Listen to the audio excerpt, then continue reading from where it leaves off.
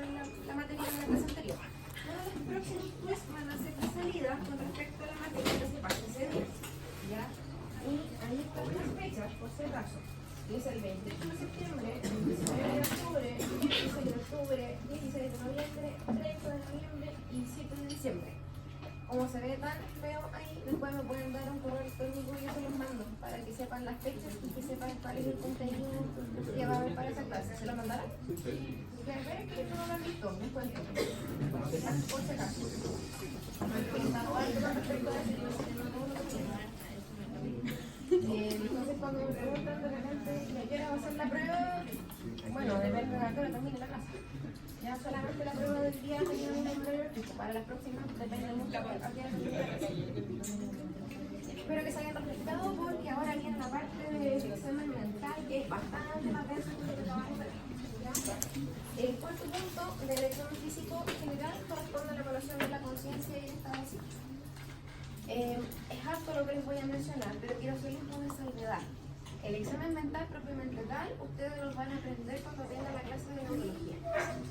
¿Ya? Aquí vamos a hablar de cosas bastante generales, probablemente queden igual con varias dudas, pero quien tiene la última palabra ahí es el neurólogo, porque también el examen mental se evalúa en la parte del examen segmentario del examen neurológico. ¿Ya? Ahora vamos a hablar de la conciencia y el estado psíquico, pero desde el punto de vista del examen físico general, donde uno hace una valoración mucho más superficial del estado mental del paciente. ¿Ya? Y por eso en algunas partes se van a dar cuenta que no profundizo tanto, y eso es propiamente para no confundirlos y que no se llenen con muchos conceptos que a la larga les pueden dificultar un poquito más. ¿Ya? Cuando en la práctica uno realiza la parte del examen mental y del examen físico, es súper cortito y uno le pregunta cosas súper puntuales al paciente y uno lo describe súper puntual. Pero cuando hagan el examen neurológico, ahí viene el tremendo contado del examen mental. ¿Ya? Pero con lo que corresponde ahora, vamos a decir que en esta parte corresponde que el examinador evalúe tanto el grado de alerta del paciente, su juicio, su inteligencia, su memoria y el estado de ánimo. ¿Ya? Para eso es necesario que nosotros estemos pendientes de todos estos ítems cuando nosotros tenemos la conversación del paciente. Un poquitito similar a lo que les decía yo de la inspección. No voy a esperar a que venga la parte del examen mental para recién preocuparme de esto. ¿Ya? Hay algunas preguntas puntuales que les voy a hacer al paciente cuando vaya en esta parte del examen físico. Pero hay muchas cosas que yo voy a ir evaluando durante toda la entrevista con el paciente. ¿Ya? Y tienen que captar un montón de otras cosas, como la vestimenta del paciente, la forma en que se comporta, cómo es que él conversa, si tiene o no tiene una buena habilidad para responder a los interrogantes que ustedes están presentando. ¿Ya? Y ojo, este dato es súper importante, pero sumamente importante. Deben considerar que el examen mental debe ser siempre evaluado en consideración al nivel educacional del paciente. O sea, yo no le puedo exigir lo mismo en cuanto al examen mental a un paciente que tiene un posgrado en Harvard versus a un paciente analfabeto que toda su vida se ha dedicado a ser agricultor en su casa. ¿Ya? Eso me va a generar una brecha educacional enorme. Y yo le puedo hacer preguntas de operaciones matemáticas complejas al de Harvard y me las va a resolver súper fácil, pero el paciente que ha vivido en el campo siempre no va a poder. Y no es que tenga alteradas sus facultades mentales, es que de base él no tiene esa capacidad por un tema educacional. Entonces siempre tienen que evaluar el examen mental en consideración con el nivel educacional del paciente. Y adelantándome un poquitito a la última parte del examen mental, hay algunas herramientas que ocupamos para evaluar al paciente, por ejemplo, el Mini-Mental Test. ¿Ya? Y el problema del Mini-Mental de repente de algunos otros test es que están hechos pensados en un nivel educacional mínimo. Y a veces se van a encontrar que es súper habitual que tengamos pacientes analfabetos, en cuales si yo les aplico esos test, me van a decir que tiene efectivamente alguna alteración de su estado mental, pero no es real, sino que de base mi paciente no tiene esas capacidades. Y no es que tenga probablemente tal un problema de su nivel cognitivo. ¿Ya? Entonces, ojo con eso. Primero, vamos a evaluar el nivel de conciencia. ¿Ya? Y las alteraciones en el nivel de conciencia hacen relaciones principalmente a variaciones en el grado de alerta y orientación del paciente. Y a esto nosotros le vamos a denominar compromiso cuantitativo de conciencia, ¿ya? En cuanto a la cantidad del nivel de conciencia. Y aquí empezamos a hablar como de conceptos un poco difíciles de elegir. Pero vamos a ir desglosando punto por punto, ¿ya? Primero, tenemos que ver si nuestro paciente tiene o no la capacidad de orientarse. Y esto lo vamos a evaluar en tiempo, en espacio y en persona, ¿ya? ¿Cómo preguntamos o cómo averiguamos si nuestro paciente tiene una buena orientación con respecto a sí mismo? Le preguntamos cosas personales, o sea, ¿cuál es su nombre? Un paciente debería acordarse de cuál es su nombre habitualmente, ¿cierto? Le preguntamos cuántos años tiene o le preguntamos a qué se dedica. Eso hace relación a si él es capaz de reconocerse a sí mismo y estar orientado en quién es él, ¿ya? Para evaluar la orientación en el tiempo es mucho más fácil. El paciente le va a preguntar qué día es hoy, o en qué mes estamos, ¿cierto? En qué época del año estamos, qué año es. A veces cuando hay pacientes adultos mayores y están hospitalizados o están por mucho tiempo, de repente algún joven, es fácil que se pierda y que no sepa si el día es 30 de agosto o 31 de agosto, ¿ya? Pero eso no va a gatillar que nosotros digamos que tiene una desorientación, ya. Es súper fácil perderse en el número, pero sería extraño que ustedes no supieran que día es sábado, por ejemplo, ¿ya? O en qué fecha, en qué época del año estamos, que no me digan que estamos en pleno verano. Eso sería una desorientación temporal. Con respecto a la orientación del espacio, le vamos a preguntar a nuestro paciente dónde estamos en este momento. Y aquí también hay algunas consideraciones. Por ejemplo, cuando estamos en el hospital de Parral, de repente los pacientes no saben que están en el hospital de Parral, pero saben que están en un hospital o en un consultorio, y eso es válido, ¿ya? Piensen que a veces hay pacientes que han estado en la calle con pérdida de conciencia y los llevan a un centro asistencial. Obviamente no tienen idea a qué centro asistencial lo llevan, ¿ya? Pero la idea es que el paciente sea capaz de identificar el ambiente, el contexto, ¿ya? Puede ser un consultorio, puede ser un hospital, quizás en Parral, quizás el paciente se grabó y lo tuvieron que trasladar a Linares, pero él no se acuerda porque en ese momento no estaba consciente, ¿ya? Entonces si dice, no, yo creo que estoy en Parral, pero parece que no porque está en Linares, no lo tomen como que está completamente desorientado. Y finalmente con respecto a la orientación de persona, ¿ya? Aquí es importante que el paciente se reconozca un poquitito de nuevo a sí mismo, pero también al resto, ¿ya? Claro, si yo le pregunto a un paciente quién soy yo, probablemente no tenga idea cómo me llamo, ¿ya? Pero sí va a saber el rol que yo estoy cumpliendo y me puede decir, no sé, usted es la doctora, o es la enfermera, o es la auxiliar, pero no dirá, parece que usted es carabinero, ¿ya? A eso un poquitito hace referencia. Y también podemos preguntarle si reconoce a alguien en la sala, por ejemplo, alguien del personal de salud con quien se haya visto el día anterior, porque ya lleva varios días hospitalizado, o si tiene algún familiar que esté de visita, le podemos preguntar, ¿usted conoce a esta persona? ¿Sabe quién es? Y el familiar nos confirma que efectivamente sus respuestas son atingentes. También un poquitito con respecto al compromiso cuantitativo de conciencia, hay distintas formas de graduarlo. Y aquí depende mucho con respecto a la bibliografía donde uno lo evalúe. Pero en grandes rasgos, lo que nosotros tenemos que siempre evaluar es el nivel de lucidez del paciente en relación a qué tan difícil para él es despertar o responder a algunos estímulos. O sea, qué tan lúcido despierto, o sea, con los ojos abiertos, ¿ya? Y ahí va a ir variando, o sea, si mi paciente está aparentemente dormido, pero yo le hablo con un tono normal y es capaz de conectarse, va a ser distinto que si yo tengo que ejercer dolor para que el paciente despierte, ¿ya? Y ahí uno puede ir caracterizando si responde a la voz normal, si tengo que hablarle muy fuerte, si tengo que hacer un ruido que sea muy fuerte, que si yo tengo que tocar al paciente o obviamente tratar de producirle algún dolor. Ahora, ese dolor es un dolor medido, por si acaso, no es cualquier tipo de dolor ni que yo me ponga a cachetear al paciente. Son técnicas que se ocupan dentro del examen mental y habitualmente uno lo que hace es con los nudillos de uno tocarle las costillas a nivel subclavicular. Eso molesta bastante, ¿ya? Y si el paciente aún así no despierta, otra técnica que se puede utilizar es pellizcarle las mamillas. También produce dolor, ¿ya? Pero ahí uno va graduando el dolor que le aplica al paciente para saber si despierta o no.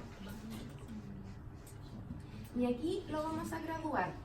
Esto es lo que dice el manual de Gacitúa. Ya hay distintas clasificaciones, yo traté de ponerla un poquitito la más fácil, puede que cuando el neurólogo les haga la clase les diga algo totalmente distinto, ustedes le hacen caso, ¿ya? Pero en general vamos a hablar de la lucidez, de obnubilación, de sopor y coma, ¿ya? El sopor también se puede, como les digo yo, diferenciar en superficial y profundo, y algunos que lo clasifican por separado y ponen clasificaciones genéricas, eso son cosas de neurólogo. Pero para el punto de vista del examen físico general, lo que a ustedes les interesa saber, por ejemplo, es que un paciente lúcido es un paciente que está en estado de alerta, o sea, como espero que estén todos ahora en este momento, y que pueden mantener una conversación atingente con ustedes, ¿ya? O sea, ustedes le preguntan cosas y el paciente contesta respuestas que tienen que ver, ¿ya? La obnubilación corresponde a un estado ya de desorientación tanto en el tiempo como en el espacio. Y habitualmente el paciente se ve bastante indiferente con el medio, está como un poquitito desconectado, ¿ya? Pero es capaz de responder a preguntas simples, ¿ya? Preguntas así como súper simples, como ¿usted está tomando desayuno? No, porque no está comiendo, ¿ya? O cómo se llama, o cuántos años tiene, ¿ya? Y aquí como que se empiezan a mezclar un poquitito la evaluación de otras partes del examen mental. Sopor, como les decía yo, lo podemos clasificar entre el superficial y el profundo, y el superficial se caracteriza porque el paciente es capaz de responder a estímulos auditivos y táctiles, ¿ya? Quizá ya no una conversación normal, sino que yo tengo que hablar un poquitito más fuerte, o yo tengo que de frentón remecer un poco al paciente para que despierte. Pero el sopor profundo va a ser cuando el paciente ya responde a estímulos netamente dolorosos, o sea, aunque yo moví al paciente, no es caso que se conecte conmigo y tengo que hacer un estímulo doloroso. Y el coma va a ser la ausencia de la reacción incluso frente al dolor, ¿ya? Y ojo con esto, que de repente uno se puede confundir porque los pacientes pueden tener algunas respuestas no voluntarias que corresponden a reflejos, porque los reflejos muchas veces no se pierden, pero no es que el paciente conscientemente me esté respondiendo, ¿ya? Vamos a evaluar también lo que tiene relación con el lenguaje. Y es necesario que ustedes evalúen en el paciente la capacidad que tiene de entender preguntas, de responder en forma atingente, o sea, no responder cualquier lecera, y de entender textos escritos, ¿ya? Y aquí, como les digo yo, el problema, porque si mi paciente es analfabeto y no lee, no voy a poder evaluar eso, ¿ya? Lo mismo, si mi paciente es analfabeto y no es capaz de escribir, no voy a poder evaluar si es o no es capaz de escribir una idea, ¿ya? Pero habitualmente sí va a ser capaz de nombrar objetos. Y como averiguo si mi paciente tiene alguna alteración del lenguaje, fácil. Le hago preguntas u órdenes simples. O sea, levante la mano. Significa que él es capaz de entender que yo le estoy dando una orden y le estoy pidiendo que levante la mano. Entonces es capaz de entender el lenguaje, ¿ya? Lo mismo, cierre los ojos o saque la lengua. El paciente es capaz de entender lo que yo le estoy diciendo y además de eso de efectuarlo. Entonces se empiezan a mezclar un poquitito las características de la conciencia. Hay algunas terminologías que es necesario que ustedes conozcan, como por ejemplo la afasia, que corresponde a la pérdida o alteración del lenguaje.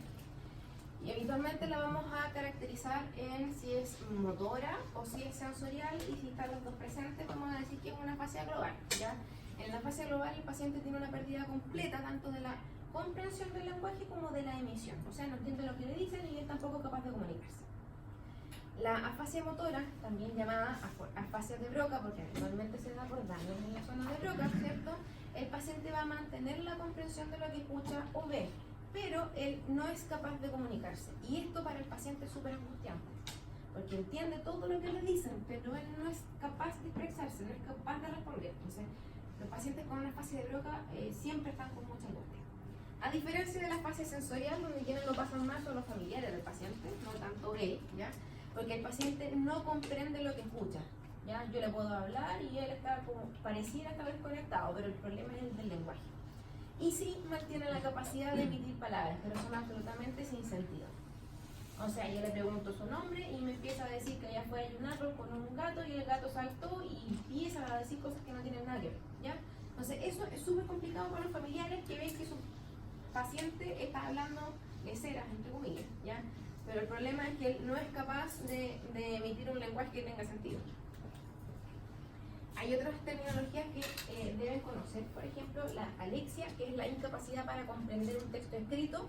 Otra vez tenemos el problema educacional, ¿cierto? Que no hay que confundirlo con un paciente que no sepa leer, sino que es un paciente que sí tenía esa habilidad, pero que ahora no es capaz de comprender un texto escrito. Tenemos la agrafia, en que el paciente pierde la capacidad de escribir.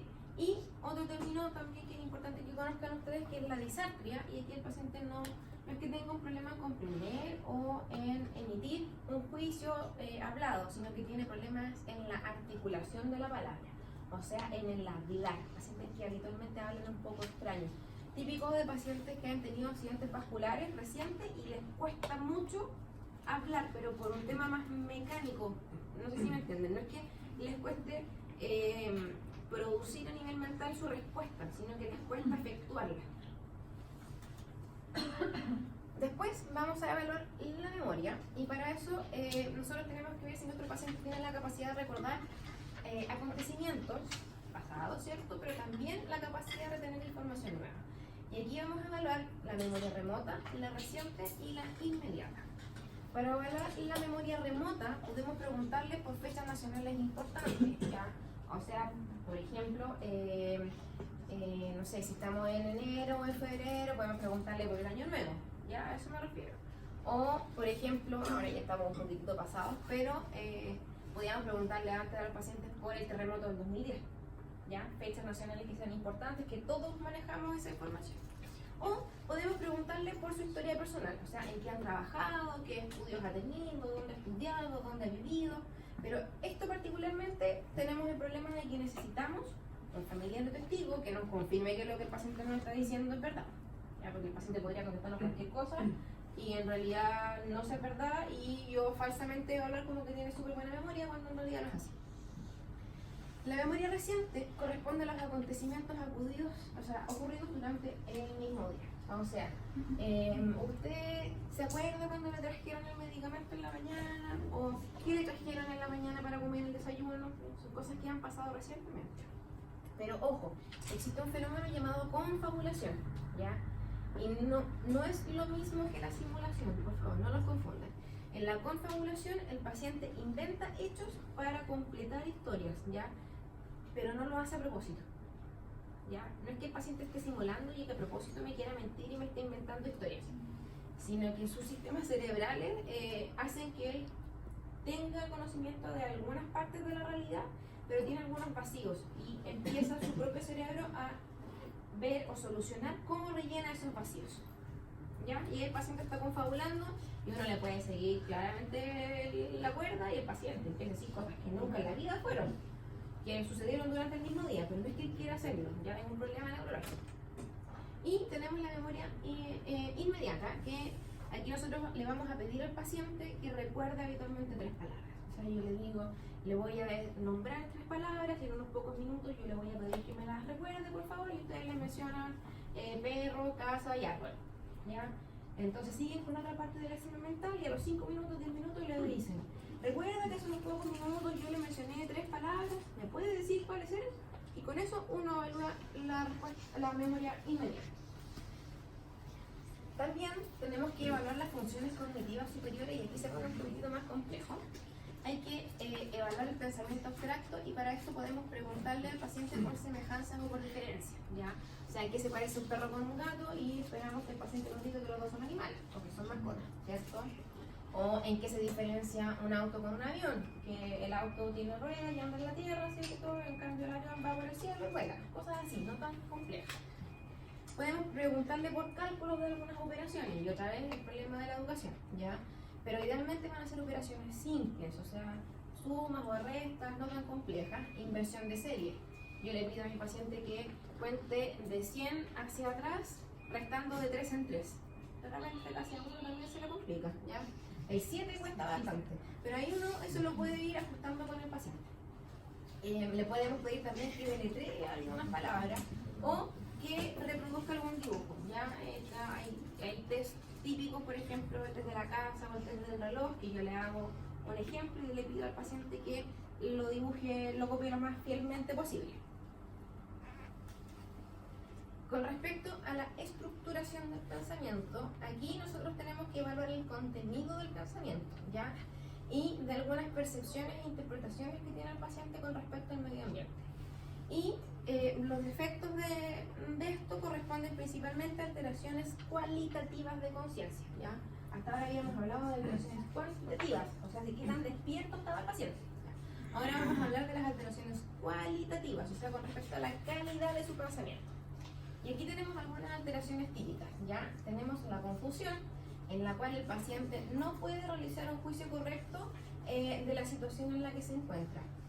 Habitualmente los pacientes tienen desorientación en tiempo, espacio y muchas veces también en persona, ¿ya?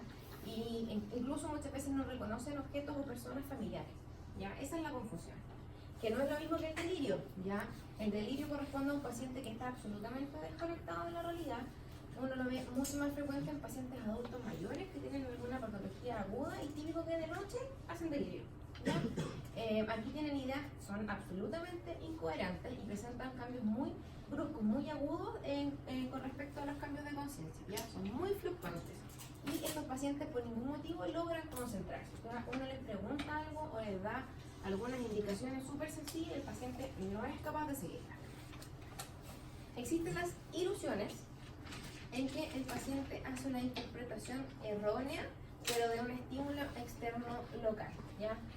Por ejemplo, típico que uno ve un bulto de ropa y piensa que es un monstruo de noche en la pieza, ¿ya? Hay un estímulo real, o sea, hay un bulto de ropa arriba de la silla, pero lo que no es real es lo que yo interpreto, ¿ya? A diferencia de las alucinaciones. Y aquí se caracteriza porque son percepciones de estímulos externos sensoriales que no existen, ¿ya? O sea, yo estoy haciendo la clase, pero aparte de eso, yo veo que hay un profesor que hace la clase junto a mí. No está, obviamente, yo estoy alucinando, ¿ya? Es un estímulo que no está, pero que yo supuestamente lo percibo.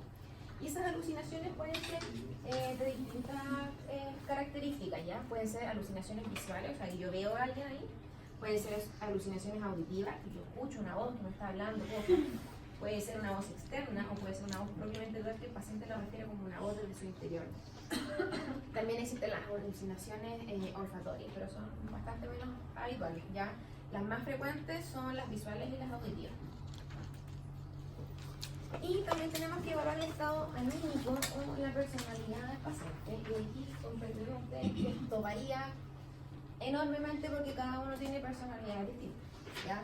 Pero lo que debe evaluarse mientras uno conversa con el paciente es la forma en que el paciente se conecta con el medio y la forma en que se expresa, ya no solamente la forma verbal, sino que lo no verbal, sus expresiones, cómo él se mueve, cómo él toma una postura, ya si él está, por ejemplo, por eso le puse todas las caritas, si yo lo veo que está con un ánimo bastante bajo, si yo lo veo que está exaltado, si mi paciente está en un episodio maníaco, ya. Eso es lo que yo tengo que evaluar un poquitito en este video. Y esto es lo que les decía yo, de que existen algunas herramientas que podemos utilizar para ayudarnos a evaluar el tema de la conciencia. Uno es el Mini Mental Test, que permite evaluar la función cognitiva cuando yo sospecho una demencia, ¿ya? Para eso lo ocupamos habitualmente. Y aquí lo que vamos a evaluar son algunos puntos súper precisos, que es la orientación, la memoria inmediata, la concentración y el cálculo, memoria remota y el lenguaje. Y hay ciertos puntos que uno va evaluando al paciente y dependiendo de cuántos puntos tiene, es si tiene un alto riesgo o no de tener demencia, ¿ya? Pero otra vez, como les digo yo, por ejemplo, el cálculo. Yo no puedo aplicarle la misma regla, ¿cierto?, a pacientes tan variados. Entonces también por ahí nace el Mini Mental Test abreviado o el corregido, y ahí empezamos a hacer especiales para distintos tipos de pacientes. Otra herramienta que utilizamos habitualmente en clínica y que de repente la utilizamos más de lo que necesitamos es la escala de Glasgow, ¿ya? Esta es una escala para medir la conciencia que se creó originalmente para evaluar pacientes con TEC, con traumatismo encefalocráneo, ¿ya? ¿A alguien se le ocurrió que era importante un paciente que llegaba con un traumatismo encefalocraneal que hiciéramos la diferencia si mi paciente está un poco confundido, ¿cierto? Un poco nublado, si mi paciente estaba en sopor o de pronto mi paciente no respondía? Y decidieron que uno podía evaluar la mejor respuesta motora, verbal y ocular y a eso ponderarle algunos puntos, ¿ya? En total, en Glasgow suma 15. El punto menor es 3, ¿ya? Lo menos que yo puedo hacer es darle un punto a cada uno. No todos tienen igual valor, hay uno de 4, otro de 5 y otro de 6. Pero para que se queden con la idea, en Glasgow más bajo es 3, en más alto es 15, que espero que todos estemos ahora en Glasgow 15, ¿cierto? Sin problemas de compromiso de conciencia. Uno degeneró el uso del Glasgow y lo ocupamos para todo, ¿ya? Porque nos sirve un poquitito para ir cuantificando las variaciones en los estados de conciencia, ¿ya? Yo puedo decir que mi paciente ingresó en Glasgow 15 y después mi paciente tiene una alteración de conciencia, yo lo vuelvo a evaluar y resulta que está en Glasgow 13. Y tengo una forma de cuantificar que ha ido bajando el grado de conciencia de mi paciente, ¿ya? Y particularmente hay algunas decisiones que se toman con respecto a Glasgow y son decisiones universales. Por ejemplo, un paciente que tiene un Glasgow igual o menor a 8 debe ser intubado, ¿ya? Porque es muy fácil que disminuya mucho más rápido su grado de conciencia y que después pierda el control de su propia respiración, ¿ya? Pero originalmente lo hicieron para pacientes con TEP. Como les digo, la práctica se deformó un poquitito y lo ocupamos para todo ahora. Pasemos ahora al punto 5, que corresponde a la constitución y el estado nutritivo, ¿ya? La constitución hace referencia a la forma general que tiene el cuerpo de un individuo. No es lo mismo que el IMC, ¿ya? El IMC es una forma de evaluar el estado nutritivo del paciente, pero no es lo único. Ojo con eso, porque de repente a mí me dicen peso tanto, talla tanto, IMC tanto, y con eso creen que ya lo evaluaron. No, esto es un poquitito más extenso que el IMC. Y existen varias clasificaciones, ya hay mucha terminología, pero a grandes rasgos siempre se van a diferenciar en 3 grandes grupos. Y aquí se los quise comparar, ¿ya? Existe esta clasificación que es la que habitualmente utilizamos más, que es ectomorfo, mesomorfo y endomorfo. Siendo mesomorfo el ideal, ¿ya? Es una persona con un cuerpo armónico que tiene una estatura media y una complexión vigorosa. O sea, personas comunes y corrientes, ¿ya? Como el estándar. Vamos a decir que un paciente es ectomorfo cuando su cuerpo tiene un predominio de la altura. O sea, habitualmente son pacientes bastante altos y largos, ¿ya? Que tienen una contextura delgada y las extremidades largas. O sea, lo que importa es que aquí lo que más predomina es ese eje. Ya no es que sean gorditos, sino que son bastante delgados y largos. A diferencia de la configuración endomorfa, en que se caracteriza porque el cuerpo es de talla bastante más corta y son habitualmente con sobrepeso o obesidad. Tenemos pacientes que son largos, pacientes que son normales y pacientes que son más gorditos, ¿ya? Eso corresponde un poquitito a la valoración visual que uno hace del paciente. No es que yo le ande midiendo la talla y que vea así más o menos, es netamente visual. Y el estado nutritivo debe evaluarse en forma inicial mediante, como les decía yo, las inspecciones. Es lo que yo aprecio de la constitución de mi paciente. Además, puede medirse mediante, por ejemplo, qué tanto tejido adiposo tiene o cuál es su porcentaje de masa grasa, o sea, de masa magra, o sea, de masa muscular, ¿ya? Y eso habitualmente no lo hacemos nosotros, sino que lo hacen netamente los nutriólogos, que son médicos que estudiaron nutrición, ¿ya? Se puede hacer medición de pliegue y un montón de técnicas para evaluar en más detalle cuál es el estado nutricional del paciente. Pero igual hay algunos signos que a uno igual le hablan como de carencia de algunos nutrientes, por ejemplo, típico del escorbuto, ¿cierto? De pacientes que tenían déficit de vitamina C, que empezaban a tener estas heridas mucosas, ¿cierto? Y empezaban a tener gingivorragia, ¿ya? De repente igual uno tiene algunos signos que lo pueden ayudar, sobre todo con los temas carenciales, más que con los excesos. Y obviamente de forma complementaria, igual hay algunas mediciones antropométricas que nosotros vamos a hacer, que es evaluar el peso y la talla y su relación, ¿cierto? Que va a ser el IMC, que es esta relación entre el peso dividido en la talla al cuadrado. Y esto nos permite un poquitito clasificar a los pacientes en un estado nutricional. Pero no es lo único, ¿ya? Esta es la tabla típica de los IMC, donde lo normal está entre 18 y 24,9, o sea, entre 18 y casi 25, ¿cierto? Habitualmente cuando el IMC es menos de 18 kilos por metro cuadrado, vamos a hablar de que el paciente está enflaquecido, y de 25 hacia arriba, ¿cierto? Son los distintos grados de sobrepeso, obesidad o superobesidad. Algo que hay que tomar en consideración es que esto es para adultos, ¿ya? Pero adultos que sean menores de 65. Porque los mayores de 65 vamos a considerar que el IMC normal va entre 23 y 27,9. Entonces todo se nos va a ir corriendo los 3 puntos. ¿Ya? Pregunta. Tengo entendido que también el IMC varía según el estilo de vida de la persona, ¿no? Si deportista. Depende mucho, por eso les digo yo que el IMC no es bueno como única herramienta de la evaluación de la constitución y el estado nutritivo. Porque yo puedo tener a 2 personas que tengan IMC de 23 pero uno ser, por ejemplo, un flaco enfermo, o sea, un flaco con pura grasa y poca masa muscular, versus alguien que sea flaco pero sano, por así decirlo, con poco contenido de masa grasa, pero mucho contenido de masa muscular. Y de repente pueden que un típico ejemplo de los fisicoculturistas, que ya es un extremo, pero obviamente ellos tienen índice de masa corporal muy elevado. Y no es que estén obesos, es que tienen mucha masa muscular. ¿Ya? Entonces por eso les digo que esta es una aproximación, pero no es la más correcta y no es lo más correcto evaluar solamente la nutrición mediante el IMC, ¿ya? Porque varía mucho. Y hay algunos estados de malnutrición que ustedes deben conocer. Ya antes se daban los estados de malnutrición hacia las carencias. En las épocas actuales tenemos más problemas de excesos de nutrientes, pero de todas formas es necesario que las conozcan. Existe la desnutrición calórica, también llamada marasmo. Existe la desnutrición proteica, que se denomina kwashiorkor. Esto lo vemos habitualmente en las típicas fotos de los niñitos de África, que son niñitos súper flaquitos, ¿cierto? Que no tienen nada de masa muscular, ¿ya? Y existe la desnutrición mixta, que es lo más habitual, ya que haya desnutrición tanto por falta de la ingesta calórica como de la ingesta de proteínas. Y por el otro lado, ¿cierto? Tenemos todos los tipos de sobrepeso y obesidad. Les pongo aquí la obesidad abdominal porque es la más peligrosa, ¿ya?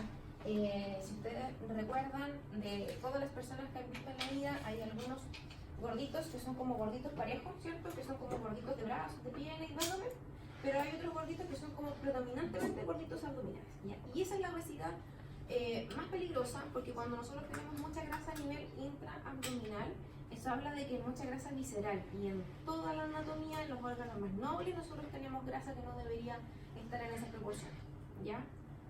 En el fondo lo que hace que esto sea importante es que pacientes con obesidad abdominal tienen un mayor riesgo cardiovascular. A diferencia, por ejemplo, y aquí tenemos la diferencia también entre los hombres y las mujeres, pero mientras más gordito uno sea a nivel visceral, abdominal, tiene un mayor riesgo cardiovascular. Hay distintas formas de evaluarlo, hay distintos índices. Uno puede evaluar, por ejemplo, la circunferencia de cintura, la circunferencia de cadera, sacar relaciones entre la circunferencia de cadera y la cintura, hay un montón de índices que uno puede tomar. Con respecto a la piel y fanerios, aquí empezamos a tener un poco de alteración con alguna bibliografía que pueden tener ustedes, porque en algunas partes se consideran el ítem 6 como piel, fanerios y linfáticos. ¿Ya? Acá decidimos diferenciarlo esta vez para que sea un poquitito más fácil y que no se les olviden los linfáticos, porque siempre se les olvida. Entonces, para que no los olviden, los pusimos aparte. Con respecto a la piel y fanerios, que es importante que consideremos y nunca se les olvide que la piel es el órgano más extenso de nuestro organismo, entonces por favor no lo dejen pasar, ¿ya? Examínenlo. Cubre toda la superficie corporal, ¿ya? Y siempre está expuesta a agresiones del medio ambiente. Al examinarla hay un montón de características que tenemos que evaluar y anótenlo, recuérdenlo, porque siempre vamos a evaluar lo mismo. Evaluamos el color de la piel, su humedad, la untuosidad, el turgor, la elasticidad, la temperatura y si tienen o no presencia de alguna lesión. Y además de la piel, vamos a evaluar los anexos, que corresponden a los pelos y las uñas. Con respecto al color, ya va a depender principalmente de la cantidad de melanina que haya en la piel, del grosor de la piel y de la perfusión sanguínea. Lo que les puse aquí es un poco para facilitarles la vida, porque muchas veces me dicen, ¿y cómo digo que mi paciente era más moreno sin descalificarlo? O cómo digo que mi paciente es blanquito, ¿ya? Les salvo la vida. Existen los fototipos de Fitzpatrick, que son 6, ¿ya? Que evalúan tonalidades de la piel. Y esto tiene un poquitito de relación, no le quise poner todo el detalle, pero hace mucha relación también con quienes se broncean y quienes no se broncean, ¿ya? El fototipo 1 de Fitzpatrick es la típica gente que es súper pálida y que apenas se expone al sol se quema, no se broncea, se pone en rojo, ¿ya? Y ahí uno va avanzando en pigmentación hasta el tipo 6, que ya son piel de color más marrón, bastante oscuro, y habitualmente ellos nunca se queman, sino que netamente se broncean, ¿ya? Eso les puede ayudar un poquitito a diferenciarla.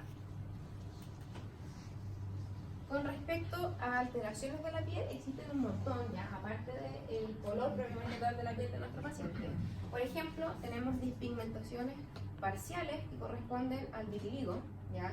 Tenemos despigmentaciones totales, ¿ya? O sea, personas que tienen poca cantidad de melanina, que son personas que tienen albinismo, que no es lo mismo que estar pálido, ¿cierto? Porque este es un estado transitorio versus el albinismo que es permanente. Podemos encontrar la rubicundez, que cuando uno se pone rojito, ¿cierto? Solamente puede ser en la cara, puede ser en otra parte del cuerpo. Tenemos la cianosis, ¿cierto? Y aquí vamos a hacer la diferenciación, como les expliqué la otra vez, entre la cianosis central y la periférica. Acá les puse un ejemplo de cianosis central, donde vemos claramente que sus labios y esa lengua están bastante azulados. La ictericia es otra alteración con respecto a la pigmentación. Quise ponerles esta foto con un ojo porque se nota mucho más en la esclera que está ictérica, ¿ya? Pero la piel también se pone con un tinte muy amarillento. Otras alteraciones del color, por ejemplo, signos típicos de resistencia a la insulina, que es la acanthosis nigricans, esas lesiones, o sea, esa hiperpigmentación de la piel a nivel habitualmente de los pliegues. Súper habitual de que lo veamos a nivel del cuello, pero también a nivel de axila, inframamario o los pliegues inguinales, ¿ya? No es que la gente no se bañe, que no se limpien, es que es un signo de resistencia a la insulina, ¿ya? Otras pigmentaciones, por ejemplo, los lunares, ¿cierto? Que en médico nosotros les llamamos fleus. Otras alteraciones de la coloración, por ejemplo, aquí tenemos placa psoriática, ¿cierto? En que claramente nosotros vemos que está rubicundo, eritematoso y la piel está súper descamativa. Además del color de la piel, vamos a evaluar la humedad, que es la cualidad de la piel que depende de la hidratación, ¿ya? Y tiene relación con la función de las glándulas sudoríparas, de qué tanto calor ambiental hay y del estado neurovegetativo del paciente. También vamos a evaluar la untuosidad, que aquí ya no tiene nada que ver con la hidratación, sino que tiene que ver con la condición oleosa de la piel, ¿ya? Y depende de las glándulas sebáceas, o sea, qué tan aceitoso está el paciente. El turgor corresponde a la resistencia de la piel que se aprecia al formar un pliegue, o sea, qué tanto me pelea la piel cuando yo le voy a formar el pliegue. Eso, si ustedes lo ven en un adulto mayor, en las manos, prácticamente nada. Típico que uno a un abuelito le levanta la piel aquí y cuesta nada levantarla y después se queda ahí eternamente hacia arriba y le cuesta volver a su lugar original, ¿ya? Pero no lo evalúen en las manos, porque el turgor fácilmente se altera en las manos y no es una buena forma de evaluarlo. Evalúenlo mejor a nivel infraclavicular. Típico que uno en esta parte del paciente trata de hacerles el pliegue y es mucho más representativo de la hidratación del paciente que evaluar las manos, ¿ya? Y como les digo, típicamente está alterada en adulto mayor. La elasticidad, también recordemos al adulto mayor, corresponde a qué tan rápido desaparece el pliegue que yo le hice al paciente. Cuando lo hacemos en la mano en adulto mayor se demora un montón en volver a la piel, ¿cierto? Pero como acaban de aprender, no lo van a hacer en la mano, sino que lo van a hacer en el tórax. Habitualmente ahí la elasticidad está un poquitito mejor. Y esto tiene relación más que nada con el componente elástico de la piel, o sea, características propias de la piel que la hacen volver a su estado original. La temperatura puede estar normal, puede estar aumentada y puede estar disminuida. Cuando nosotros hacemos una valoración, habitualmente va a ser bastante cualitativa, ya porque estamos en el fondo tocando la piel. Pero lo importante que nosotros digamos es si esta variación de la temperatura es generalizada o localizada, ¿ya? Por ejemplo, pacientes que están en shock hipoperfundido a nivel general van a estar con las extremidades súper frías, pero no en la extremidad nomás, sino que la extremidad inferior, la extremidad superior, y yo toco el paciente que está helado en todo. A diferencia, por ejemplo, de alguien que se torció un pie, ¿cierto? Que tiene una 15 de tobillo y que yo voy a palpar el tobillo y que está con una temperatura aumentada, pero es netamente localizada. Ya no es que todo el paciente esté con un aumento de temperatura, sino que es localizado. Y ahí vamos a diferenciar si para frío, si para calor, si es generalizada o localizada. Y en cuanto a las lesiones cutáneas, algo súper importante que tenemos que evaluar, ¿ya? Existe una infinidad de lesiones, ¿ya? Y pueden afectar no solo la piel, sino que también las mucosas. Es importante que ustedes aprendan a describirlas, ¿ya? Tienen que conocer cuáles son las lesiones elementales y también conozcan que, por ejemplo, hay evolución de algunas lesiones, ¿ya? Es típico, por ejemplo, que si mi paciente tiene una vesícula o una ampolla o una flistena, después eso se va a romper y va a producir otro tipo de lesión. Ya hay que ir conociendo un poquito la evolución de las lesiones y muchas veces si alguien tuvo peste cristal me va a entender. Alguien que tuvo peste cristal recordará que primero aparecen el primer brote, ¿cierto?, de vesículas, después estas vesículas muchas veces empiezan a tener pus Y cuando pasa eso, las primeras que aparecieron ya empiezan a secarse y a producir costras cuando vuelve una segunda helada de nueva vesícula. ¿Ya? A eso hace relación un poquito con la evolución. Que uno en un paciente, en este caso de la varicela, ¿cierto? Tiene una enfermedad sistémica con manifestaciones en piel y uno es capaz de identificar lesiones que van en distintos estados evolutivos. ¿Ya? Tienen las primeras vesículas, las que están como pústulas, las que están como costra y después la cicatriz. Es importante que ustedes además describen la ubicación, o sea, dónde están estas lesiones de la piel y si hay alguna circunstancia relacionada con su aparición o algún síntoma. A grandes rasgos podemos diferenciar entre las lesiones primarias o alimentales y las lesiones secundarias. Las primarias son aquellas que son la primera manifestación de una enfermedad. Ya habitualmente se describen dependiendo del tamaño y de su contenido. Tenemos, por ejemplo, las máculas, las pápulas, los nódulos, las vesículas, y entre la mácula es plana, la pápula ya está levantada, el nódulo es mucho más grande, la vesícula tiene un contenido de su interior, ¿cierto? Hay un montón de lesiones elementales o primarias. Las lesiones secundarias son aquellas que ocurren como consecuencia a otra lesión. O sea, una costra, ¿ya? Nadie tiene una costra de aparición espontánea. Siempre hay una lesión de base y en el proceso de curación, ¿cierto?, aparece la costra. Lo mismo la cicatriz, ¿ya? Y aquí también se considera el grataje. ¿Y qué diablos es el grataje? Cuando por algún motivo alguien tiene prurito, ya es súper habitual que se rasque, ¿ya? Y puede haber una lesión primaria, por ejemplo, que sea un prurito en el contexto de un rash alérgico o de varicela, por ejemplo, y sobre eso el paciente se rasca tanto que produce líneas de rasquido. Y eso se llama grataje, ¿ya? Y aquí otra cosa que es necesario junto con la evolución de la piel, como les decía yo, es que veamos también los pelos y los vellos. Hay que evaluar la distribución pilosa en general, ¿ya? Y considerar que no es igual en hombres y en mujeres. Y cuando esté alterado tenemos que manifestarlo, ¿ya? Además, saber que esto va a ir variando típicamente con la edad. O sea, no es tan habitual que un niño de 15 años sea calvo. Pero si estamos evaluando a un hombre de 90 años, ya tiene mucho que ver con el contexto, ¿ya? Alteraciones características de la distribución de los pelos y los vellos tenemos por un lado la calvicie, ¿cierto? Por otro lado la alopecia, que la alopecia puede ser localizada o generalizada, que corresponde a la pérdida del pelo, pero no tiene ninguna relación con la edad. Y tenemos el hirsutismo, que en el fondo es un aumento exagerado de la distribución pilosa, ¿ya? De pelo terminal, ojo, no solamente el pelito suave que uno tiene, sino que netamente el pelo terminal. Se ve mucho en mujeres que tienen síndrome de ovario poliquístico, ya muchas veces, en que no solamente tienen el vello corporal en cara normal, sino que empiezan a tener vello terminal, o sea, típicamente vello de barba en la cara, no solamente en la cara, sino que en otras partes del cuerpo. Cuando evaluamos las uñas hay que ver siempre que tengan una convexidad normal, ya sus uñas, si ustedes se miran habitualmente, no son ultra planas, ya, sino que son un poco redonditas en los dos ejes, en el eje longitudinal como en el eje horizontal. Y hay que saber que existen algunas alteraciones típicas de las uñas que tienen una importancia clínica importante. O sea, obviamente, es importancia clínica que ustedes tienen que fijarse porque les van a dar pistas con respecto a algún diagnóstico. Y aquí es importante que uno describa la forma, habla un poquito de cómo es la superficie, de la coloración, ¿cierto? Del lecho. Hay un montón de características de las uñas aceleradas que uno quisiera describir. Y acá les tengo algunos ejemplos. La primera foto corresponde a la acropaquia, ¿ya? Acuérdense que la acropaquia corresponde a estas falanges distales, ¿cierto?, que están aumentadas de tamaño, y aquí vienen acompañados de otra cosa, ¿ya? De uña en vidrio de reloj. Y esto es lo que se conoce como dedo en palillo de tambor, si es que lo han leído, ¿ya? Acropaquia hace relación a la alteración solamente de la falange distal. Uña en vidrio de reloj hace relación, referencia a estas uñas que son absolutamente mucho más redondeadas de la habitual, ¿ya? Donde esa convexidad está mucho más marcada que en una uña común y corriente. Y cuando tenemos esta alteración en la falange distal, más esa alteración de la uña, se le llama dedo en palillo de tambor, por si acaso. En contraposición tenemos la uña en cuchara, también llamada coilonychia, y que ustedes, si se fijan claramente ahí, hay una concavidad que habitualmente uno no tiene en la uña, ¿ya?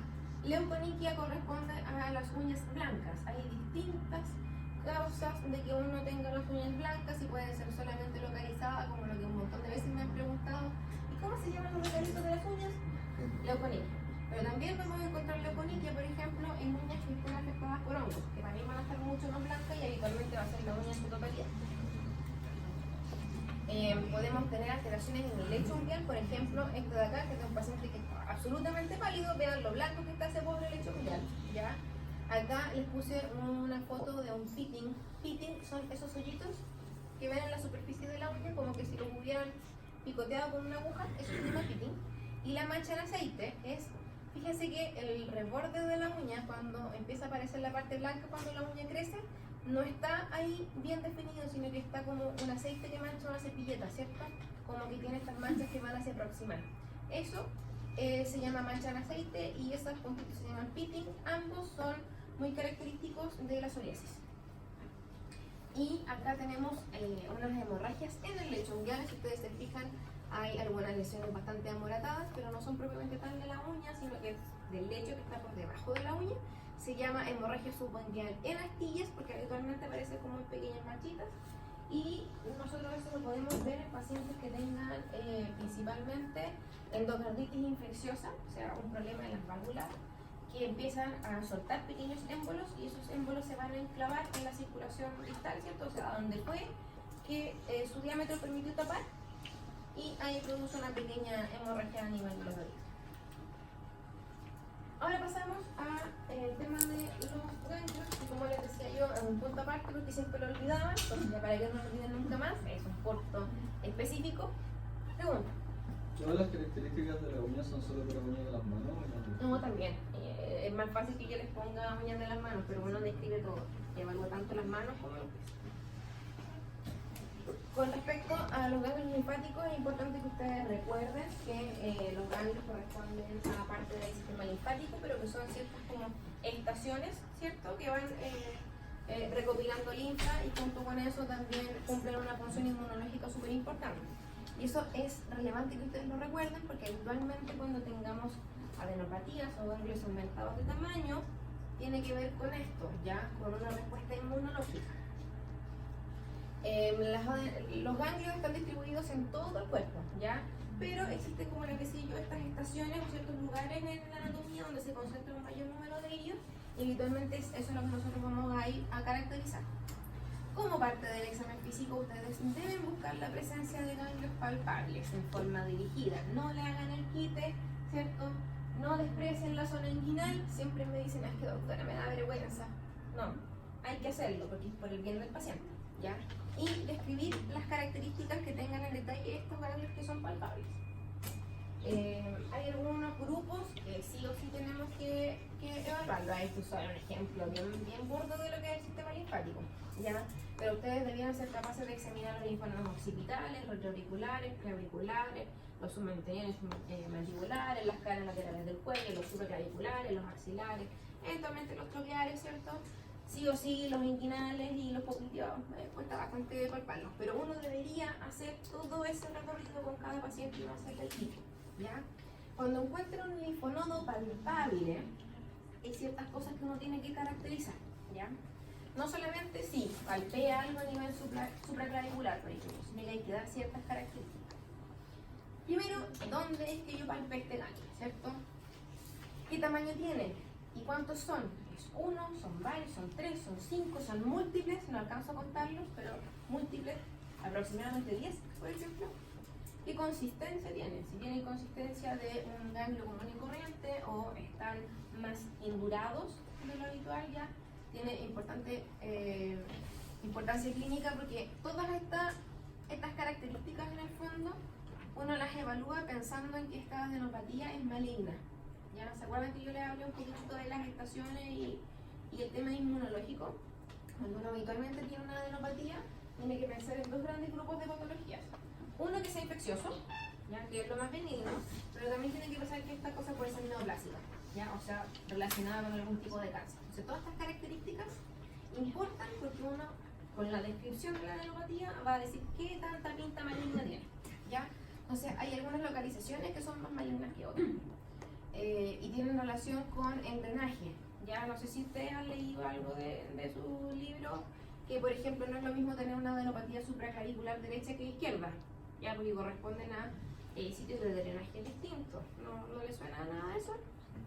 Ya. Habitualmente la derecha corresponde a drenaje torácico y la izquierda corresponde a patología más abdominal, típico de un cáncer gástrico que hacen una adenopatía supraclavicular izquierda. ¿Ya? Si de repente hay localizaciones que uno sospecha mucho más de ello. Mientras más grande sea la adenopatía, en general es peor, y mientras más en cantidad también peor. ¿Ya? Las de consistencia, que son más aumentadas, o sea, puras o pétreas, también son malas. Sensibilidad a la palpación, o sea, si al paciente le duele cuando yo examino su adenopatía. Aquí, al revés de como uno lo pensaría, los ganglios que son súper sensibles habitualmente son buenos, ¿ya? Porque corresponde a una respuesta inflamatoria, ya habitualmente por una patología infecciosa. Ejemplo, si alguien alguna vez en la edad adolescente adulto, porque de niños no se van a acordar, uno cuando tiene a veces amigdalitis aparecen típicamente adenopatías aquí o submentonianas o preauriculares, y si uno se las toca, pucha que duele, ¿ya? Porque son ganglios que están inflamados y están respondiendo a la infección localizada. A diferencia de los ganglios que tienen un origen más neoplásico, que habitualmente son indoloros, ¿ya? Es importante que hablen de los bordes y los límites. O sea, esta pelotita que yo estoy palpando es redondita, es ovalada, y le puedo identificar los bordes con claridad, o en realidad parece una masa con bordes poco definidos e infiltrativos, ¿ya? Cuando son redonditos, habitualmente son más benignos que cuando tienen estos bordes medio infiltrantes. ¿Qué tanto se mueve esta adenopatía? ¿Ya? Un poco en relación también con el tema de la forma. Adenopatías que se mueven con facilidad habitualmente son más benignas. En cambio, las adenopatías malignas o en relación a cánceres, aparte de que están irregulares en su forma, se van adheriendo a planos profundos, a planos musculares. Entonces yo no los puedo mover. Busquen compromiso de la piel, ya vean a nivel superficial. Antes de asustarse, por ejemplo, si ustedes tienen un paciente que va a consultar por una adenopatía inguinal, o sea, que se asustó, se palpó algo y fue al médico, revisen ya el grupo inguinal, ¿de dónde drena? Drena de aquí hacia abajo. Entonces voy a revisarle la pierna. Puede que mi paciente tenga una adenopatía porque tuvo una mordedura de araña, ¿ya? Y esa adenopatía es reactiva a la mordedura de araña. Versus un paciente que tiene una adenopatía inguinal, pero resulta que tiene una masa indurada en la pierna y resulta ser un sarcoma, ¿ya? Entonces busquen, ¿cierto? Siempre lesiones superficiales o compromisos de piel en la zona que teóricamente ese ganglio está drenando. Y, como decía, un poco con respecto a lo mismo, las lesiones cercanas, ¿ya? Siempre traten de primero descartar la patología infecciosa inflamatoria, que es un poquitito más fácil de descartar, ¿ya? Otra cosa que es importante que tomen en consideración es que a veces un linfonodo está tan comprometido que empieza a producir inflamación hacia la superficie. Eso tampoco es bueno, ¿ya? Habitualmente las adenopatías aparecen en sitios de drenaje no justo arriba de la lesión. Si ustedes tienen una adenopatía con problemas de inflamación, o sea, calor, rubor, ¿cierto? Eritema sobre la adenopatía, habitualmente da cuenta de o prácticamente un absceso o de que esa adenopatía es de origen neoplásico. Aquí viene la tarea de la semana, ¿ya? Comprenderán ustedes que las alteraciones, tanto las primarias como las secundarias de las lesiones de la piel son muchas, y yo podría hacerle 3 clases de dermatología y aún así no terminan nunca. Entonces ustedes van a revisar el GOIS, la parte de, se llama parte 3, anamnesis y examen clínico, ¿cierto? Piel, paneros y linfáticos, pero no porque quiera que vean el todo, quiero que vean las infecciones comunes de la piel, para que vayan viendo fotos, ¿cierto? Y vayan familiarizándose un poquitito con el tema de la nomenclatura, ¿ya? Y eso sí entra en la prueba, por si acaso. Bueno, así que cada bibliografía que yo les doy entra siempre en la prueba, ¿ya? ¿Alguna duda? Pregunta. Lo que vimos sobre los linfonodos, sé que usted lo dijo, pero así como para resumir, lo importante es las señales de cáncer, sobre todo, para uno poder tener una De alerta. malignidad.